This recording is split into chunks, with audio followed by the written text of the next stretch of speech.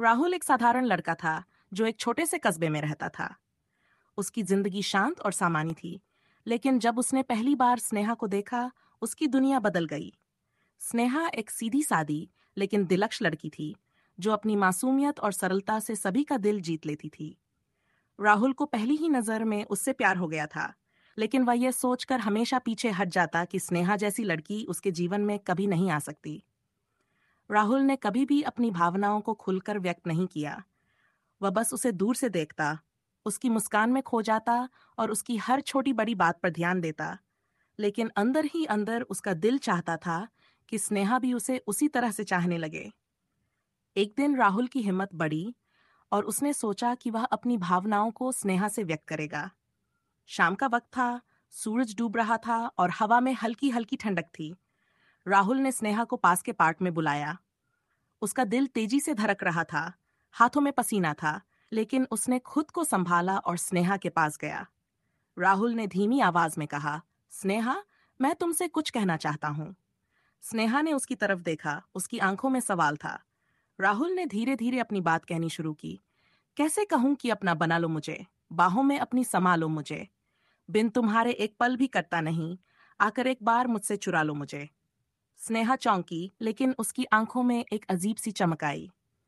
कुछ पल के लिए दोनों के बीच खामोशी छा गई। राहुल को लगा कि शायद उसने कुछ गलत कह दिया। वह पीछे हटने लगा, लेकिन तभी स्नेहा ने उसके हाथ को धीरे से पकड़ा और कहा, राहुल, मैं भी तुम्हें बहुत दिनों से पसंद करती हूँ, लेकिन तुम्हारी खामोशी ने मुझे हमेशा कंफ्यूज किया। राहुल के दिल में एक खुशी की लहर दौड़ गई। उसने स्नेहा की आंखों में देखा और महसूस किया कि वे दोनों एक ही रास्ते पर चल रहे थे, बस अपने अपने दिलों की आवाज नहीं सुन पा रहे थे। उस शाम दोनों ने एक दूसरे के साथ होने का वादा किया। राहुल और स्नेहा के बीच जो प्यार का इजहार हुआ, उसने दोनों की जिंदगी को एक नई दिशा दी। उस दिन के बाद से वे और भी करीब आ गए। वे रोज मिलते, घंटों बातें करते और एक दूसरे के साथ समय बिताने लगे। उनका प्यार गहरा होता जा रहा था, लेकिन उनकी राह इतनी आसान भी नहीं थी। कुछ महीनों बाद राहुल को पता चला कि स्नेहा के घर वाले उसकी शादी की बात कर रहे हैं। स्नेहा की मां ने उसके लिए एक रिश्ता देखा था जो उन्हें काफी पसंद था। स्नेहा इस बात से बेहद परेशान हो गई थी। उसने राहुल से कहा, मुझे समझ नहीं आ रहा राहुल, मैं कैसे अपने घर वालों को मना करूं? वे मुझसे बहुत उम्मीदें रखते हैं और मैं उन्हें दुखी नहीं कर सकती। राहुल की भी हालत गंभीर हो गई थी। उसे एक डर सताने लगा कि कहीं वह स्नेहा को खो न दे। लेकिन उसने खुद को संभाला और स्नेहा से कहा, हम अपने प्यार को हारने नहीं देंगे। हमें अपने परिवारों को समझाना होगा। स्नेहा के घर में इस बात को लेकर काफी तनाव था।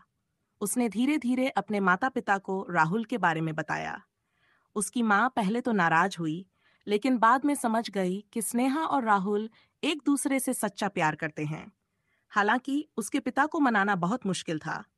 उन्होंने सख्ती से मना कर दिया और कहा, हमारे समाज में इस तरह की शादियां नहीं होती। मैं इस रिश्ते को कभी मंजूर नहीं करूंगा। राहुल ने भी अपने परिवार से बात की और वे भी शुरू में इस रिश्ते के खिलाफ थे, क्योंकि स्नेहा का परिवार और उनका सामाजिक स्तर अलग था। पर राहुल ने हार नहीं मानी।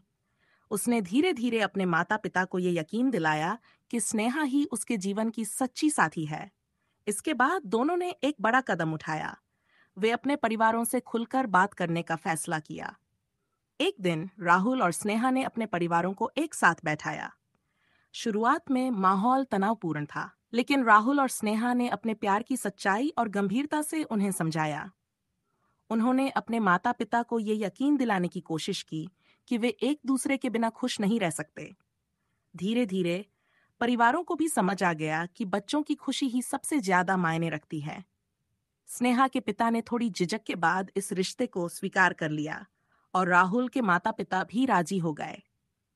कुछ महीनों बाद राहुल और स्नेहा की धूमधाम से शादी हुई। दोनों ने अपने प्यार की जीत का जश्न मनाया और परिवारों ने भी उन्हें अपना आशीर्वाद दिया। उनकी कहानी सिर्फ एक प्रेम कहानी नहीं थी, बल्कि ये एक सबक थी कि सच्चे प्यार के आगे समाज और परंपराएं भी झुक सकती हैं, अगर आप अपने प्यार के लिए ईमानदारी और धैर्य से खड़े रहें। राहुल और स्नेहा ने अपनी नई जिंदगी की शुरुआत की और वे हमेशा के लिए एक दूसरे के साथ रहने के वादे के साथ आगे बढ़ते गए।